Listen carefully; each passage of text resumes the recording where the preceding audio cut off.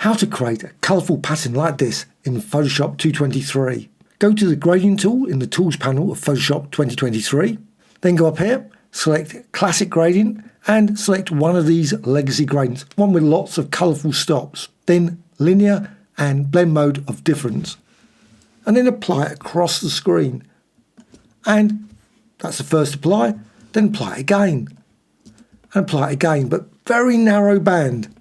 So just apply it 3 or 4, 10 times.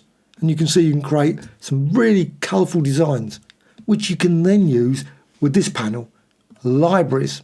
So if you go to Libraries, find that in the window menu, go there and obviously select a library for it, and then go down here, little plus here, extract from image. Really useful, powerful feature of Photoshop. So extract from image, and this pattern will appear.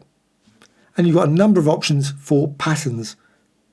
Now I'm just going to go through those quickly. You can see create a variety of designs simply by just clicking along here.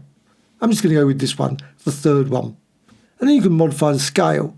So you can just create that, just change that. Increases the scale. You can also rotate. I'm not going to do that, but you can also shift this as well.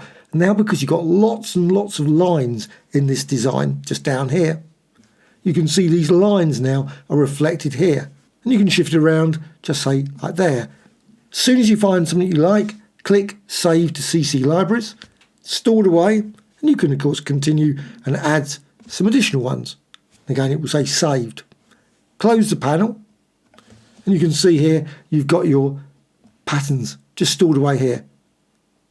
So just click and it will come up with the pattern fill, and you can set it to 25% and modify it, move it around, reposition it, etc. And click OK. You can see in the layers a pattern fill layer.